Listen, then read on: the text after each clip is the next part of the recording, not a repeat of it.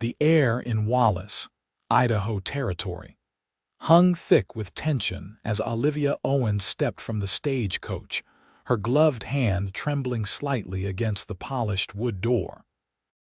The year was 1876, and the silver mining boom had transformed this remote mountain settlement into a bustling frontier town where fortunes could be made and reputations destroyed in the blink of an eye. She kept her face partially concealed beneath the wide brim of her hat, an instinctive gesture she'd perfected over the years. The last rays of summer sun cut across the main street, casting long shadows that offered some measure of concealment. Olivia clutched her small valise tightly, her knuckles whitening beneath her worn leather gloves. "End of the line, miss," the driver called down, already busy with unloading the luggage of the other passengers. Olivia nodded wordlessly and stepped aside, surveying the town that was to be her new beginning.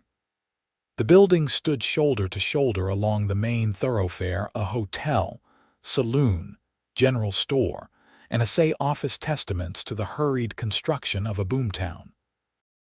Beyond them rose the steep, pine-covered mountains that surrounded Wallace on all sides, creating the feeling of a world apart.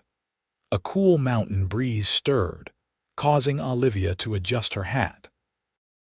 For a moment, the breeze threatened to reveal what she desperately wanted to keep hidden, and her hand shot up instinctively to hold the hat in place. "You needing a place to stay, madam?" The voice startled her. She turned to find an older woman with a kind but weathered face standing nearby. "Yes, I am," Olivia replied softly. "I've come to take a position at the schoolhouse." The woman's eyebrows rose slightly. "Ah, so you're the new teacher we've been expecting. I'm Martha Wilson. I run the boarding house just down the way. The school board arranged for you to stay with me." Olivia relaxed slightly. "That's very kind. I'm Olivia Owens." Martha looked her up and down with an appraising eye, noting Olivia's fine but slightly outdated dress and the way she kept her face averted.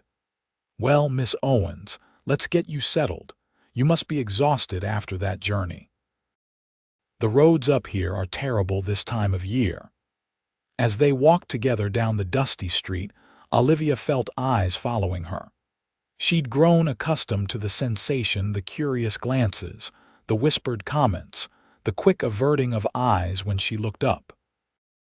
It had been this way for 7 years now, ever since the fire. Martha's boarding house turned out to be a well-kept 2-story building with a small garden out front. Inside, the parlor was simply but comfortably furnished, with a few other boarders engaged in quiet conversation. "Everyone," Martha announced, "this is Miss Olivia Owens, our new schoolteacher." Olivia gave a slight nod, careful to keep her head angled in a way that the shadow of her hat brim fell across the right side of her face. An older gentleman put down his newspaper. "Welcome to Wallace, Miss Owens. I'm Dr. Jenkins. I serve on the school board. We're mighty pleased to have an educated lady come all the way from Boston to teach our children." "Thank you, sir," Olivia replied. "I'm looking forward to beginning my duties."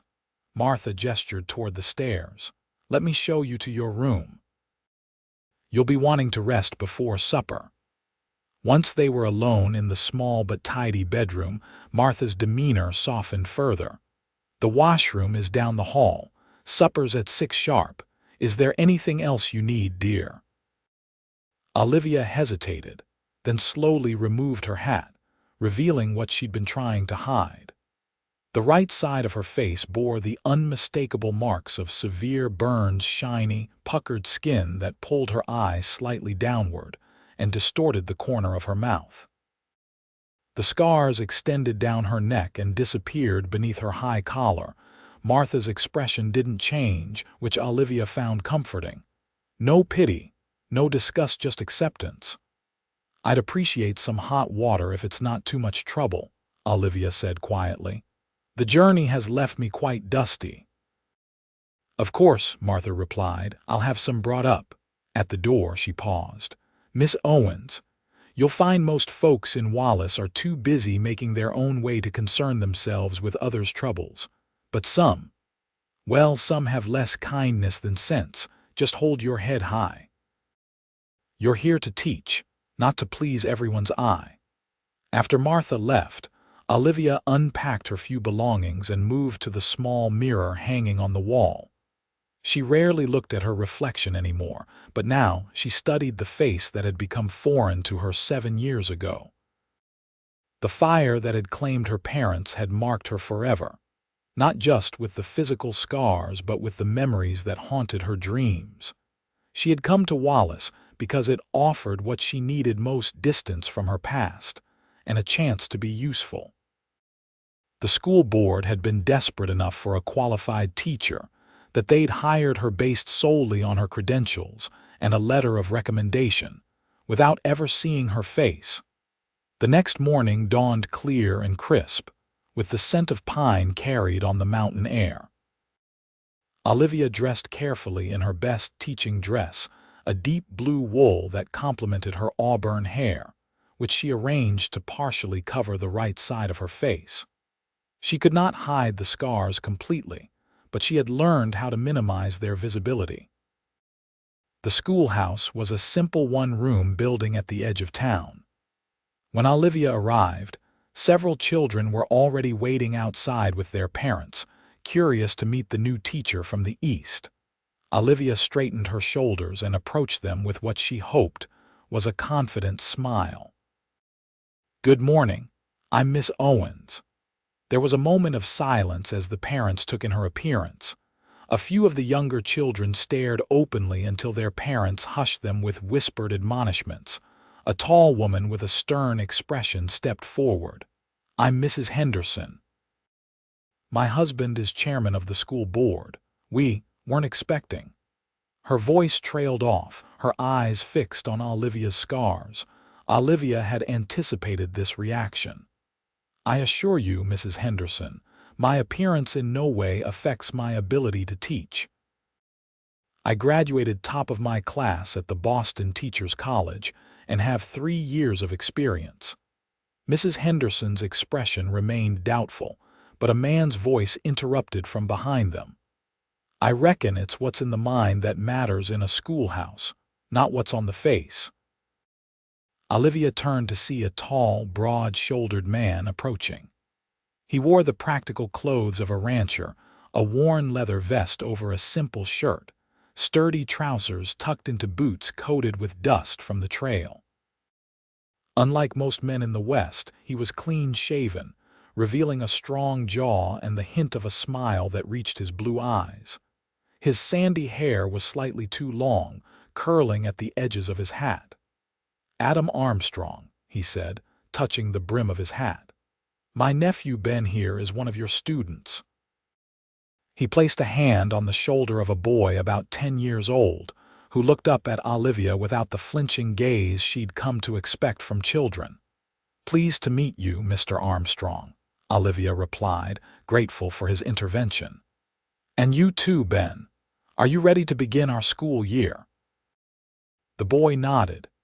"Yes, madam. Uncle Adam says learning is the only way to make something of yourself out here." Adam Armstrong's eyes met Olivia's, and for a brief moment she felt as though he was seeing beyond her scars to the person she truly was. It was an unsettling but not unpleasant sensation. The morning progressed better than Olivia had dared hope. The children, after their initial curiosity, seemed to accept her readily enough. By noon, they were focused on their lessons rather than her appearance. During the lunch break, as the children ate in the schoolyard, Olivia remained at her desk, reviewing her afternoon plans. A knock at the door interrupted her thoughts. Adam Armstrong stood in the doorway holding a small basket. "Miss Owens, hope I'm not intruding." "Not at all, Mr. Armstrong." "Please come in." He approached her desk, setting down the basket. "Martha Wilson mentioned you left without breakfast this morning, thought you might be hungry." The unexpected kindness caught Olivia by surprise. "That's very thoughtful of you," Adam shrugged. It's nothing special. Just some bread and cheese from my ranch, and an apple from my orchard. You're a rancher and you have an orchard? Olivia asked, genuinely curious. I try to diversify, he said with a slight smile. Cattle are my main business, but I've been experimenting with fruit trees. This valley has good soil when you can clear enough land. Olivia reached for the apple, her sleeve pulling back slightly to reveal more scarring on her wrist and forearm. She quickly tugged the sleeve down, but not before Adam had noticed. Thank you for the food, she said, trying to divert his attention. And for your support this morning. It made things easier. Adam's expression remained unchanged. People around here can be quick to judge. Most didn't come to the frontier because they fit in well back east. And you, Mr. Armstrong, why did you come west? He considered the question for a moment. To build something of my own, I suppose. After the war, going back to Pennsylvania didn't feel right. Too many ghosts. His eyes held a faraway look that Olivia recognized the expression of someone who carried invisible scars. I understand ghosts, she said softly. Their conversation was interrupted by the children returning from lunch. Adam touched his hat again. I'll let you get back to your teaching, Miss Owens. Ben speaks highly of you already. As he turned to leave, Olivia called after him. Mr. Armstrong, thank you again. That evening at the boarding house, Olivia found herself the subject of dinner conversation as the other boarders asked about her first day. She was describing a particularly bright student when the front door opened, and Martha showed in a late arrival. You're just in time, Adam, Martha said. We're hearing about the school day. Olivia looked up in surprise as Adam Armstrong took a seat at the far end of the table. He gave her a nod of greeting. Mr. Armstrong, I didn't realize you boarded here, Olivia said. I don't usually, he replied. My ranch is about 5 miles out. But when the weather turns or business keeps me in town late, Martha's kind enough to let me take a room. Martha chuckled as she served him a plate. Adam helped build this place. He's got a standing invitation. The conversation flowed easily, and Olivia found herself relaxing in a way she rarely did in company. Adam spoke little but listened intently, occasionally asking a thoughtful question that revealed his interest in education and the town's development. Later, as Olivia was preparing to retire for the evening, she encountered Adam on the porch, smoking a cigarette and gazing at the stars. Beautiful night, he commented as she paused beside him. Yes, it is, she agreed. The stars seem closer here than they did in Boston. That's the mountain air, makes everything clearer. He studied her for a moment. How are you finding Wallace so far? It's been kinder than I expected, she admitted. Adam nodded, seeming to understand what she wasn't saying. The frontier has a way of stripping away pretenses. Out here, what matters is what you can do, not how you look. If only that were entirely true, Olivia said, more bitterly than she'd intended. It isn't always, Adam conceded, but more than back east, I'd wager. He extinguished his cigarette. Good night, Miss Owens. I hope Wallace continues to treat you kindly. As Olivia prepared for bed that night, she found herself thinking about Adam Armstrong. There was something reassuring about his straightforward manner and the way he'd looked at her, not avoiding her scars, but not fixating on them either. It had been a long time since anyone had made her feel so normal. The following weeks established a routine for Olivia. She threw herself into her teaching, gradually winning over even the most skeptical parents with her dedication and skill. The children, as children often do, adapted quickly to her appearance and soon seemed to hardly notice it. Adam Armstrong came to town regularly, sometimes to bring supplies for his nephew or to attend to business. He often found reasons to stop by the schoolhouse, bringing apples from his orchard or books he thought might interest her. Their conversations were brief but increasingly comfortable, touching on everything from literature to local politics. One Saturday in late September, Olivia ventured to the general store to purchase supplies for the school. As she examined a set of slate pencils, she became aware of whispers behind her. "Can you imagine having to look at that every day?" a woman's voice said, not quite softly enough. "Those poor children." "I heard she was in some kind of accident," another replied. "Still, they should have warned us before bringing someone like that to teach our children." Olivia's hand tightened around the pencils, but she kept her expression neutral, a skill perfected through years of similar encounters. She continued her shopping as if she hadn't heard, selecting paper and ink with deliberate care. At the counter, the shopkeeper's wife served her with professional courtesy, but without the warmth she showed to other customers. As Olivia waited for her purchases to be wrapped, the bell above the door jingled and Adam entered. "Miss Owens," he greeted her with a smile that seemed to warm the space around him. "Getting supplies for school?"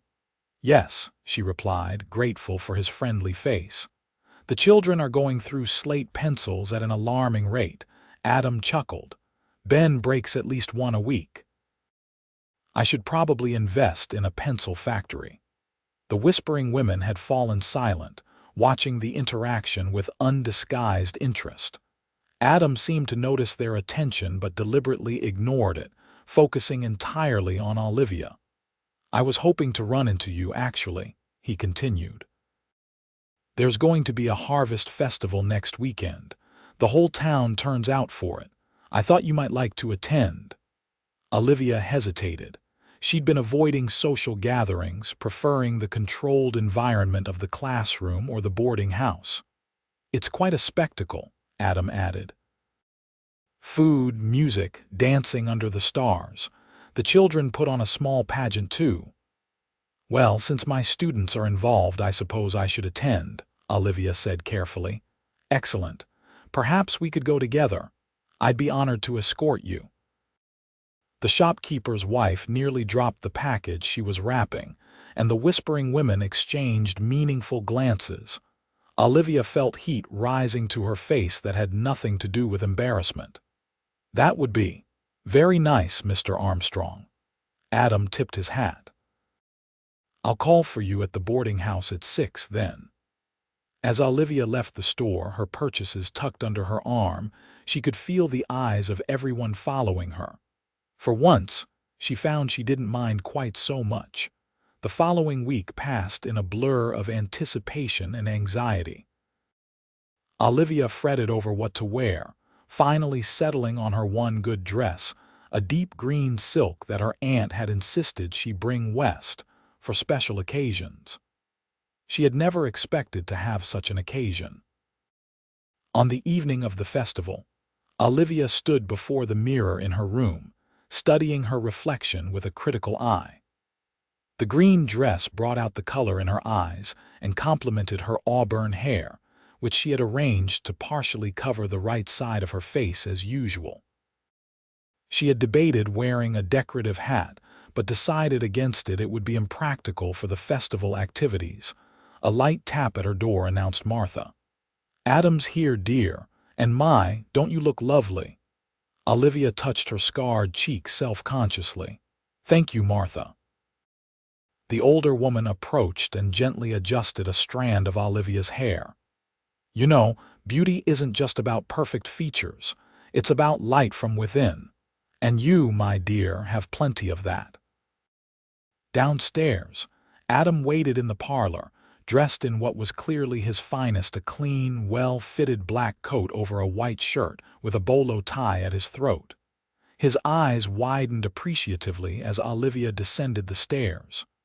"Miss Owens," he said, his voice warm, "you look beautiful." The word struck Olivia like a physical blow. Beautiful. No one had called her that since before the fire. She knew he was being kind, and yet the sincerity in his eyes made her want to believe him. "Thank you, Mr. Armstrong. You look very handsome yourself." They walked arm in arm to the town square, where lanterns had been strung between buildings, and tables groaned under the weight of food brought by every family in the community. A small band played lively tunes, and several couples were already dancing on a wooden platform erected for the occasion. Olivia felt the stares as they entered the square, heard the momentary lull in conversation before it resumed with greater intensity. Adam's hand pressed reassuringly against hers where it rested on his arm. "Ignore them," he said quietly. "They'll find something else to talk about soon enough." They made their way through the crowd, stopping to speak with parents of her students and other townspeople Adam knew. To Olivia's surprise, most greeted her warmly, perhaps influenced by Adam's obvious respect for her. Ben bounded up to them, excitement radiating from his young face. "Uncle Adam." "Miss Owens, did you see the apple bobbing? I got 3. Adam ruffled his nephew's hair affectionately. "Well done. Are you ready for your part in the pageant?" Ben's expression turned serious. "Yes, sir. I've been practicing my lines every night, just like Miss Owens taught us." "I'm sure you'll be wonderful," Olivia assured him. After Ben ran off to join his friends, Adam guided Olivia to a table laden with food. "You should try Martha's apple pie," he suggested. "She won't admit it, but she used my apples this year."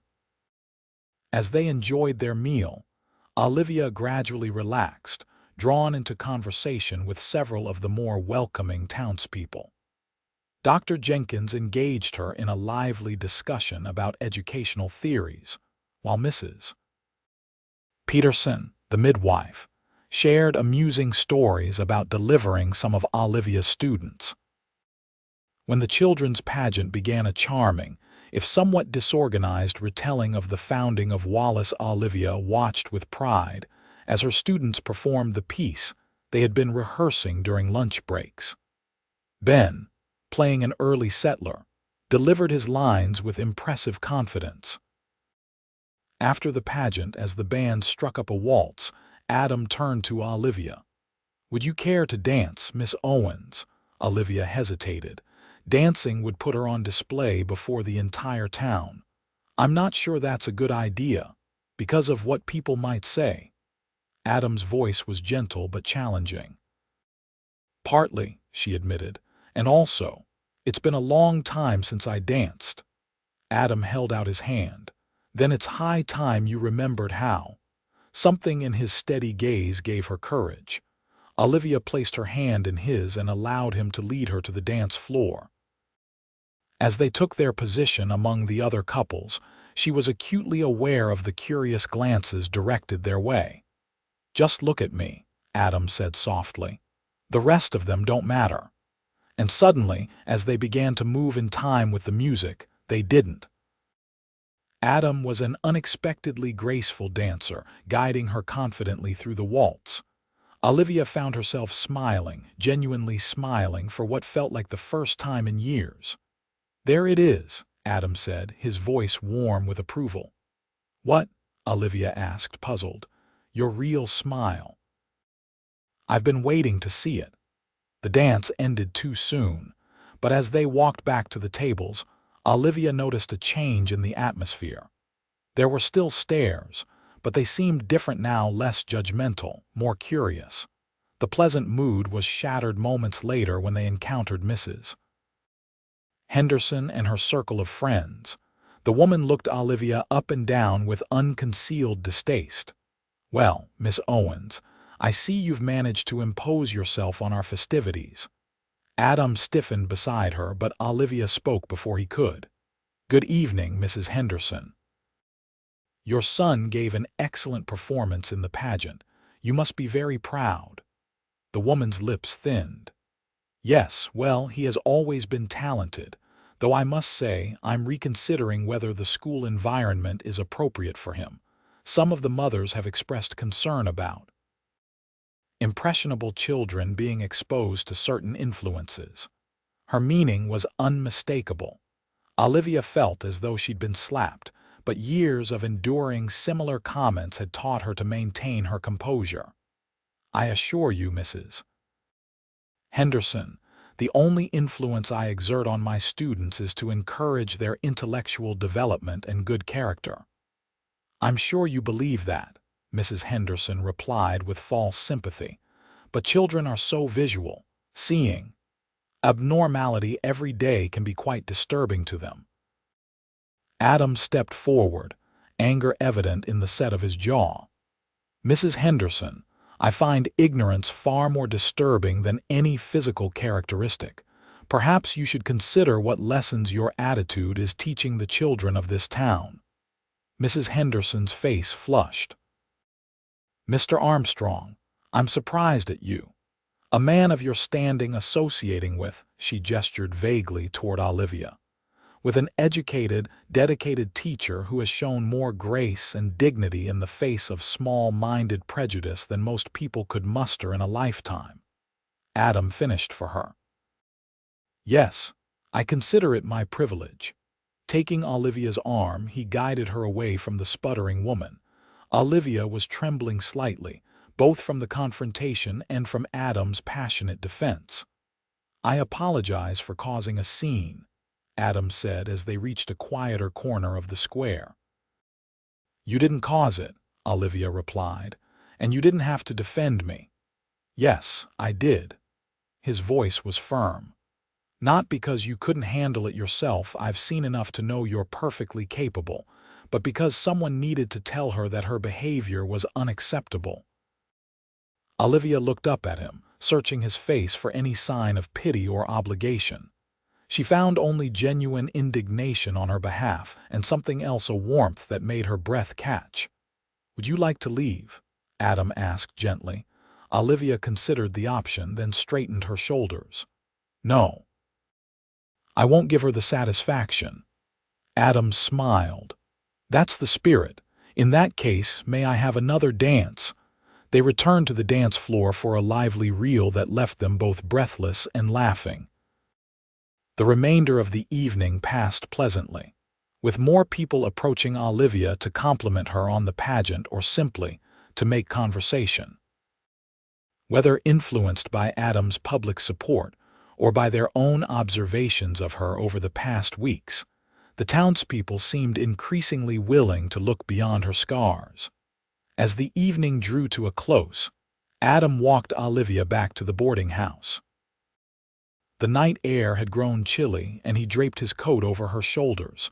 "Thank you for accompanying me tonight," Olivia said as they reached the porch. "I enjoyed myself far more than I expected to." "As did I," Adam replied. In the lamplight from the window, his eyes were remarkably blue and focused entirely on her. "Olivia, may I call you Olivia?" she nodded, feeling a flutter of anticipation at the sound of her given name on his lips. "Olivia, I'd like to see you again, not just in passing or at town events, but—" "Deliberately? You mean courting?" The word seemed almost foreign to her. Since the fire, she had resigned herself to spinsterhood, believing that no man would want a woman with her disfigurement. "Yes," Adam said simply, "if you're amenable." Olivia searched his face for any sign of insincerity or, worse, pity. "Why?" The question seemed to surprise him. "Why wouldn't I? You're intelligent, kind, brave, and yes, beautiful." She shook her head, unable to accept the last adjective. "Adam, I'm not beautiful. I know what I look like." Adam studied her for a long moment. "Do you know what I see when I look at you? I see strength. I see someone who faced terrible adversity and didn't let it break her." Slowly, with infinite gentleness, he raised his hand and touched the scarred side of her face. "These prove you're a survivor, Olivia, and there's nothing more beautiful than that." Tears welled in Olivia's eyes at his words and the tenderness of his touch. For 7 years, no one had willingly touched her scars. People either pretended not to see them or recoiled from them. But Adam's fingers traced the uneven landscape of her skin as if it were precious. "I would be honored if you would allow me to court you properly," Adam continued, "but I understand if you need time to consider." Olivia covered his hand with her own, holding it against her cheek. "I don't need time," she whispered. "Yes." The smile that spread across Adam's face was like the sun breaking through clouds. Slowly, giving her every opportunity to pull away, he leaned down and pressed a gentle kiss to her forehead. "Good night, Olivia. I'll call on you tomorrow afternoon if that's acceptable." "It is," she replied, her heart lighter than it had been in years. As autumn deepened in the mountain valley, Adam courted Olivia with respectful dedication. He brought her books from his personal library, knowing her love of literature. He escorted her to church on Sundays and to community events, standing proudly beside her even when certain individuals made their disapproval clear. Gradually, the majority of the townspeople came to accept their relationship. Olivia's obvious positive influence on the schoolchildren earned her the respect of many parents, and Adam's standing in the community was such that few would openly challenge his choice of companion. On weekends, Adam took Olivia on rides through the countryside surrounding Wallace. She delighted in the spectacular mountain views and the peaceful valleys where Adam's cattle grazed. He showed her his apple orchard, still small but promising, and spoke of his plans to expand it in the coming years. "My father was an orchardist back in Pennsylvania," he explained as they walked among the young trees one golden October afternoon. "He always said there was something special about growing fruit, like giving a gift to the future." "It's beautiful land," Olivia said, admiring the way the sunlight filtered through the branches. Adam glanced at her, a thoughtful expression on his face. "It could use a woman's touch." The implication hung in the air between them, unspoken but clear. Olivia felt her cheeks warm and she turned away slightly, overwhelmed by the direction her life had taken in just a few short months. "Adam, you don't need to say anything," he assured her quickly. "I didn't mean to make you uncomfortable. It's just, I want you to know that I'm serious about us, Olivia." She looked up at him, this man who had somehow seen past her scars to the person beneath. "So am I." As winter approached, Adam's visits to town became more frequent, despite the increasingly treacherous roads between his ranch and Wallace. When heavy snow made travel difficult, he sometimes stayed at the boarding house for several days at a time. On such evenings, he and Olivia would sit in the parlor after dinner, reading or playing chess. Sometimes he would tell stories of his adventures during his early days in the West, or she would share anecdotes about her students' progress. They discovered a shared love of music, and on the parlor's slightly out-of-tune piano, Olivia would play while Adam sang in a surprisingly melodious baritone. Martha observed their growing closeness with obvious approval, often finding reasons to leave them alone in the parlor. "You two need your privacy," she would say with a knowing smile. One snowy evening in early December, as they sat before the fire playing chess, Adam reached across the board to capture Olivia's hand. "I've been thinking," he said, his thumb tracing circles on her palm. "Christmas is coming. Would you consider spending it at my ranch? Martha too, of course, and Ben. I'd like to show you what the place looks like in winter. It's quite beautiful." Olivia hesitated. While they had spent considerable time together, it had always been in public or in the semi-public setting of the boarding house parlor. Going to his ranch felt like a significant step.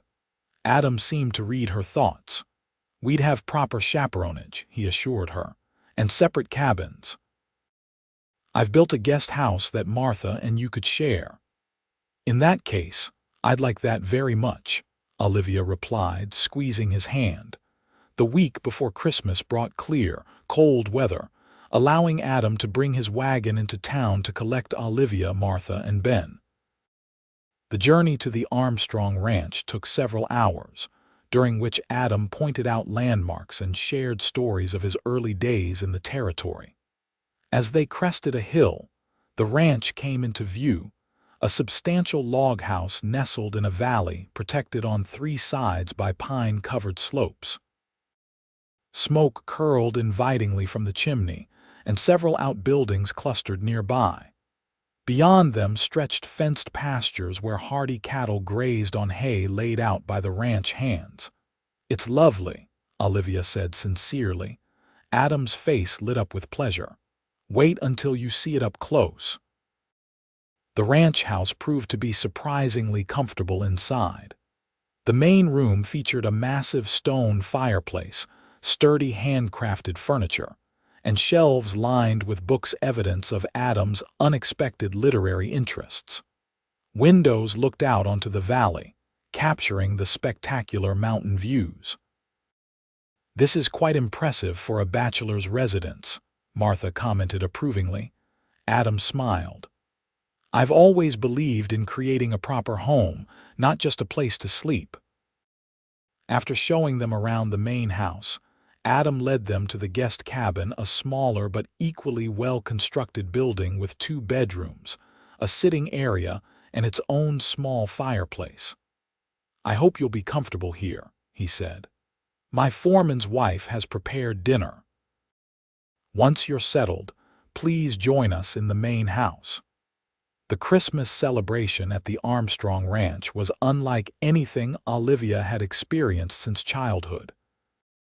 Adam had decorated the house with pine boughs and berries, and a small tree stood in the corner, adorned with handmade ornaments that Ben explained had been crafted by his uncle over many years.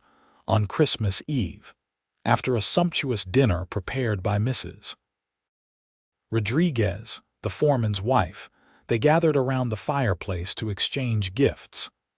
Adam presented Olivia with a beautifully bound volume of Tennyson's poetry, which she had once mentioned admiring. "Open the cover," he urged softly.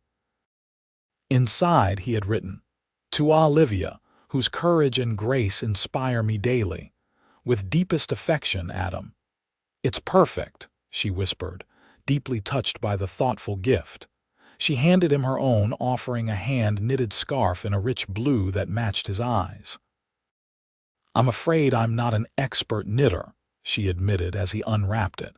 "There may be a few dropped stitches." Adam wrapped the scarf around his neck immediately. "It's exactly what I needed, and knowing you made it with your own hands makes it all the more precious." Later, after Martha had taken a sleepy Ben to bed, Adam invited Olivia to step outside onto the porch. The night was clear and cold, with stars blazing overhead and moonlight turning the snow-covered landscape into a silver dreamscape. "I have something else for you," Adam said, reaching into his pocket. "Something I didn't want to give you in front of the others." He produced a small box and placed it in her hand. With trembling fingers, Olivia opened it to reveal a ring, a delicate band of gold set with a single pearl surrounded by tiny diamonds. "It was my mother's," Adam explained, his voice husky with emotion.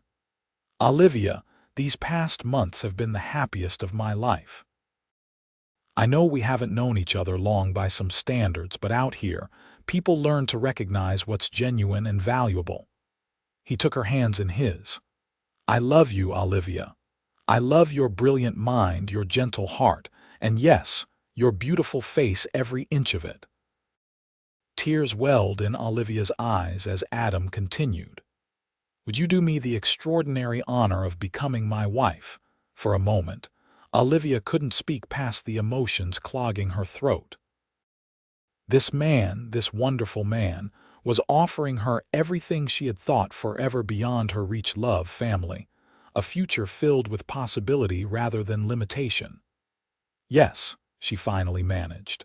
"Yes, Adam, I will marry you." His face alight with joy, Adam slipped the ring onto her finger, then drew her into his arms. His kiss was gentle at first, then deepened with a passion that left her breathless. When they finally separated, Adam rested his forehead against hers. "I promise to spend the rest of my life making you happy, Olivia." "You already have," she whispered back. The news of their engagement spread quickly when they returned to Wallace after the holidays. Most of the town offered congratulations, though a few, like Mrs. Henderson, made their disapproval clear through pointed silences and averted gazes. Olivia found she cared less and less about such reactions. The love she had found with Adam had given her a confidence she hadn't felt since before the fire. She began to style her hair differently, no longer trying quite so hard to conceal her scars. They planned a spring wedding, to be held at the ranch when the apple trees would be in bloom.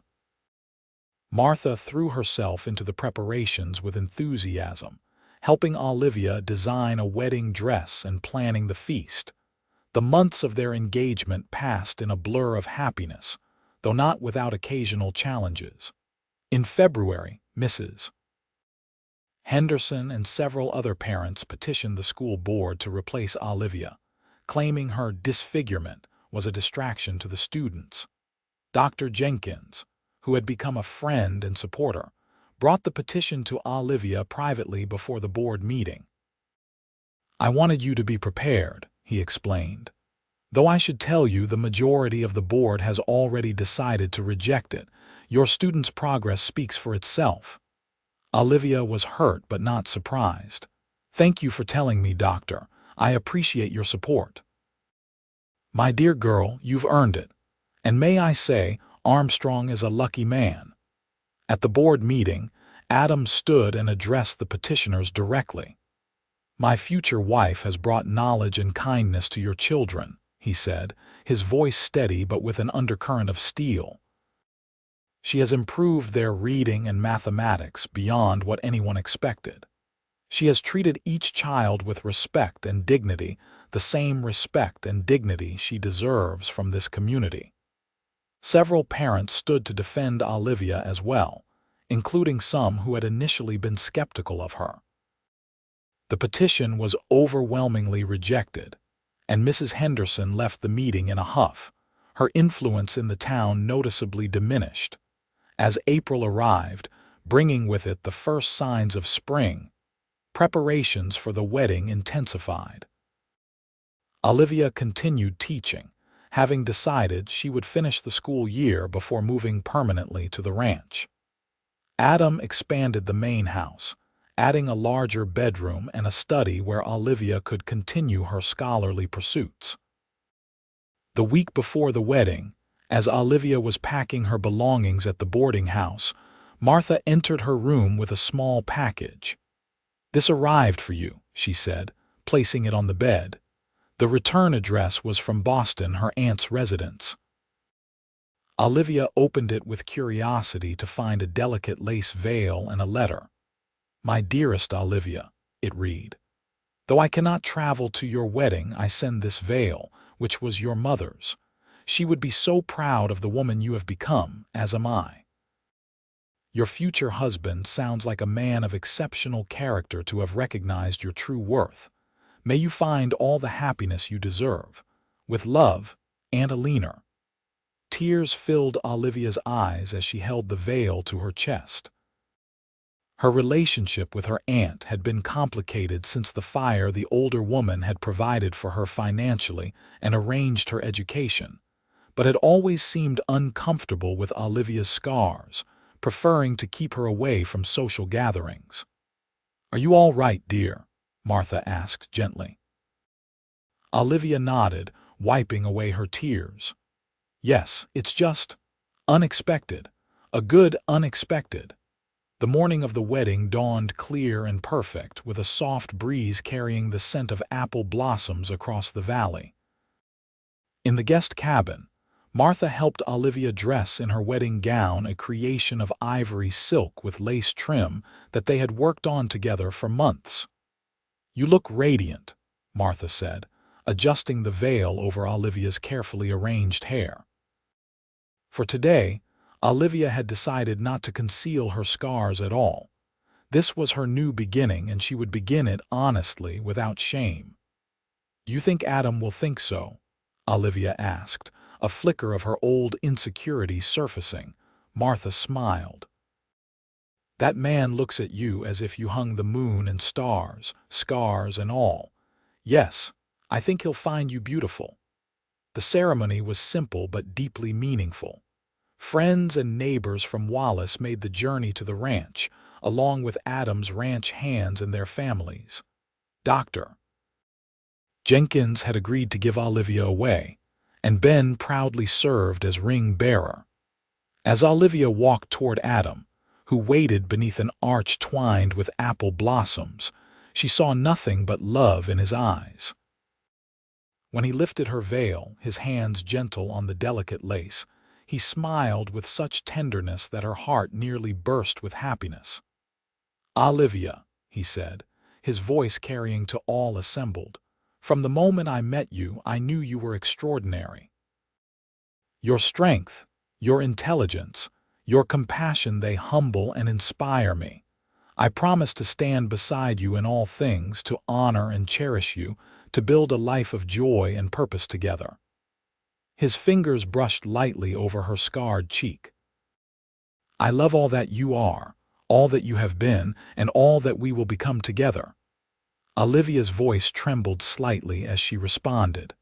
"Adam, you saw me when others looked away. You touched my scars with gentleness when others recoiled in fear. You helped me remember that I am more than what happened to me." She placed her hand over his heart. "I promise to love you faithfully, to support your dreams as you have supported mine, to face whatever life brings us with courage and hope.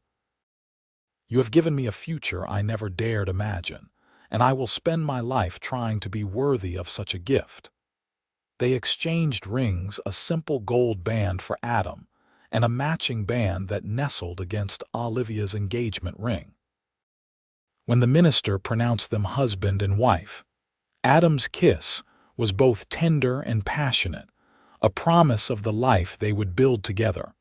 The celebration that followed lasted well into the evening. Tables set among the apple trees groaned with food, and lanterns illuminated the orchard as darkness fell. There was dancing and laughter, toasts and tears of joy. As the party continued, Adam led Olivia away from the crowd, down a path to a small hill overlooking the ranch. "Happy, Mrs. Armstrong?" he asked, his arm around her waist. "Happier than I ever thought possible," she replied, leaning into his embrace. "I have another wedding gift for you," Adam said, turning her to face the opposite direction. In the moonlight, she could make out the outline of a new building not far from the main house. "What is it?" she asked curiously. "A schoolhouse," Adam explained. "I know how much teaching means to you. I thought perhaps when the time is right, you might want to start a school here on the ranch. There are several families working for me now, with more children than you might expect, and the neighboring ranches have children too." Olivia stared at him in wonder. "You built me a school," Adam nodded. "Only if you want it. You could continue teaching on your own terms." Overcome with emotion, Olivia threw her arms around his neck. "Adam Armstrong, how did I get so lucky to find you?" "I'm the lucky one," he murmured against her hair. Later that night, as they lay together in their new bedroom, the moonlight streaming through the window, Adam traced the path of Olivia's scars with gentle fingers. "You know what I thought the first time I saw you?" he asked softly. Olivia shook her head, her hair spreading across the pillow.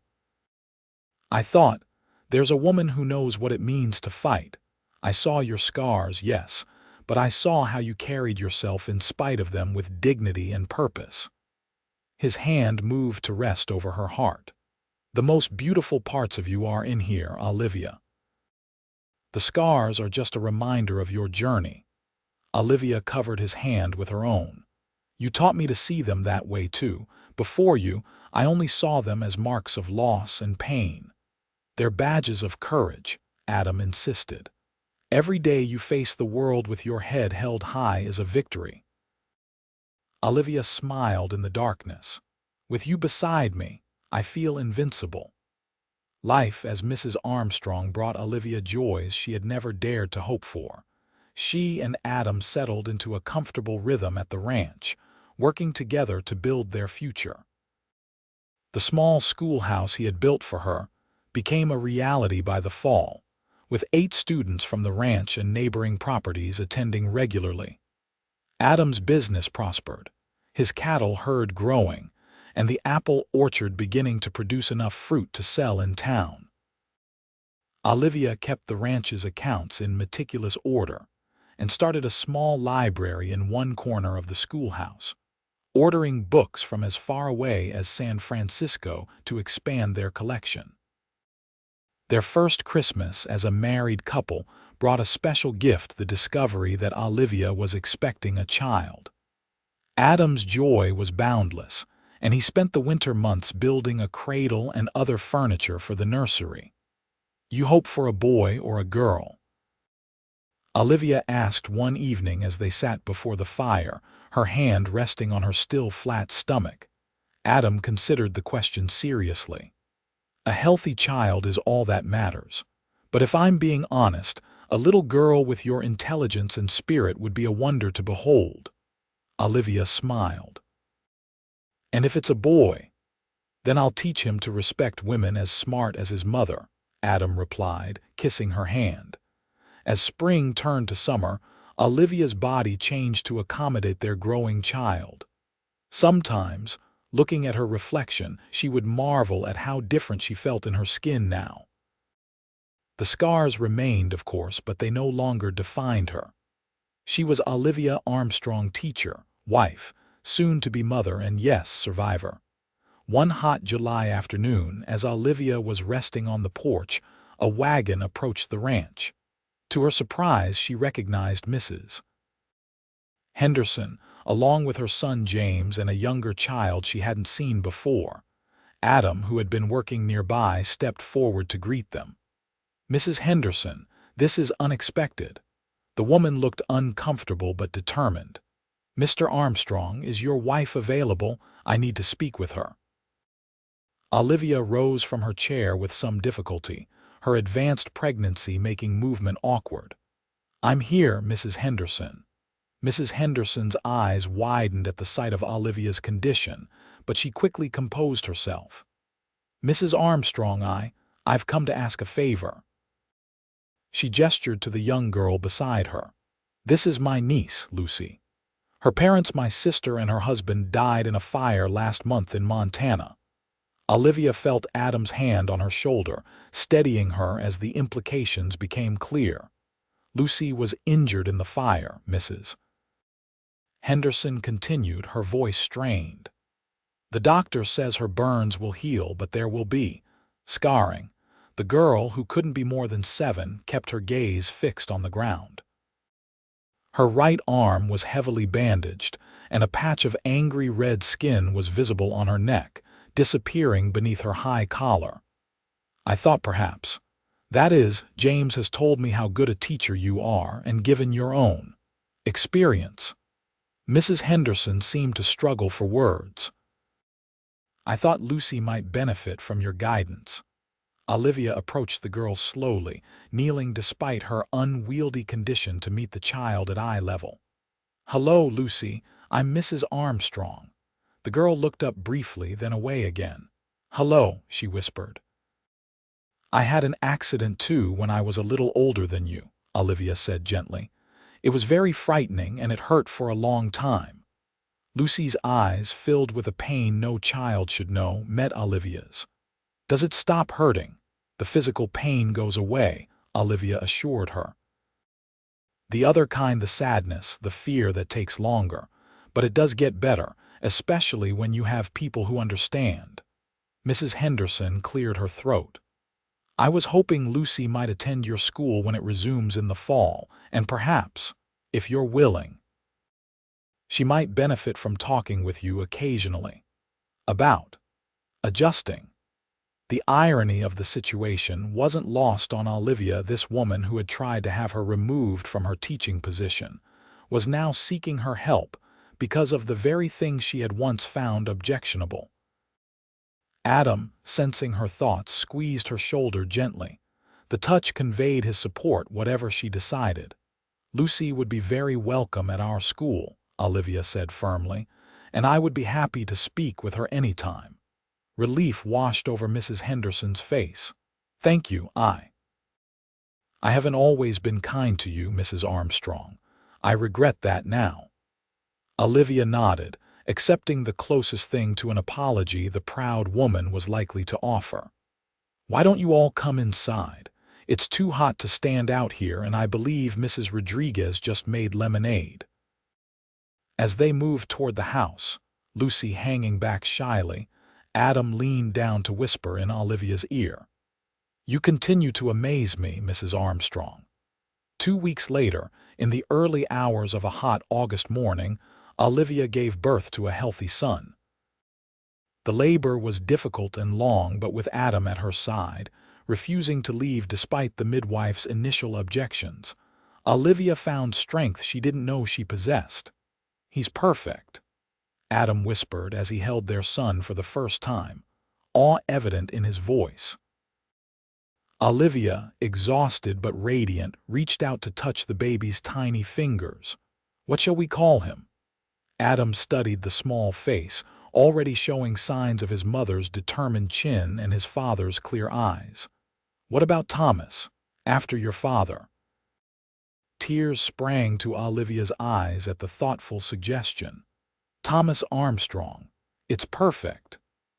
As summer faded into autumn, Olivia adjusted to motherhood with the same determination she had brought to every challenge in her life. Thomas was a good-natured baby, with Adam's sunny disposition, and what Adam insisted was Olivia's intelligence evident in his eyes. The small school reopened with Lucy Henderson among its students. The girl was quiet at first, self-conscious about her bandages and visible burns. But Olivia created a classroom environment where differences were respected, and gradually Lucy began to emerge from her shell. One day after school, as Olivia was nursing Thomas in the rocking chair Adam had made for her, Lucy lingered behind the other students. Mrs. Armstrong, she said hesitantly. Can I ask you something? Olivia smiled encouragingly. Of course, Lucy. The girl fidgeted with the edge of her sleeve where her bandages were visible. Will people always stare at me when they see? Some will, Olivia replied honestly, but not everyone. And as time passes, you'll find that the people who matter, the ones worth having in your life, are the ones who see beyond the scars. Lucy considered this. Like Mr. Armstrong sees you. Yes, Olivia said softly. Exactly like that. The child seemed to take comfort in this. Aunt Patricia says I'm lucky to have you for a teacher. She says you're the bravest person she knows. Lucy looked embarrassed. She told me not to tell you she said that. Olivia hid her surprise at this revelation about Mrs. Henderson. Well, that's very kind of her. But you're pretty brave yourself, Lucy. As the girl left, Olivia looked down at her son, peacefully nursing at her breast. She wondered what lessons life would teach him, what challenges he would face. Whatever came, she hoped to instill in him the understanding that had taken her so long to learn, that scars, whether visible or hidden, were not marks of shame, but testimonies to the resilience of the human spirit. That evening, as she and Adam sat on the porch watching the sunset paint the valley in gold and crimson, Thomas sleeping in his cradle beside them, Olivia felt a profound sense of peace. "Penny for your thoughts," Adam said, reaching over to take her hand. Olivia smiled. "I was just thinking about how different my life is from what I imagined it would be after the fire. Back then, I couldn't see beyond my scars. I thought they defined me, limited me. And now," Adam prompted, "now I understand they're just part of my story, not the whole of it." She squeezed his hand. "You helped me see that, Adam, when you touched my scars and called me a survivor. It was the first time since the fire that I felt truly seen." Adam brought her hand to his lips. "I saw you because you let me. That took courage." "It took love," Olivia corrected gently. "Yours and, eventually, my own." As the stars began to appear in the darkening sky, Olivia reflected on the journey that had brought her to this moment. The fire that had scarred her body had also forged her spirit, preparing her for a life she could never have envisioned. And the man beside her, this remarkable man who had looked beyond the surface to the heart beneath, had given her the greatest gift of all, the freedom to be her whole self, scars and all. Thomas stirred in his cradle, and Adam lifted him gently, cradling their son against his broad chest. "I think someone's hungry again," he said with a smile. As Olivia took the baby in her arms, she felt a wave of gratitude for all that had led her to this place, even the fire, even the pain, even the years of hiding. Without them, she might never have come to Wallace, might never have found Adam, might never have known this particular happiness. "I love you," she told her husband, the words simple but carrying the weight of all she felt. Adam's eyes, warm in the last light of day, met hers. "And I love all of you, Olivia Armstrong, every scar, every smile, every magnificent inch." And in that moment, with her family around her and the future stretching before them like the vast western sky, Olivia knew that she had found not just a home or a husband, but a truth that would sustain her through whatever life might bring.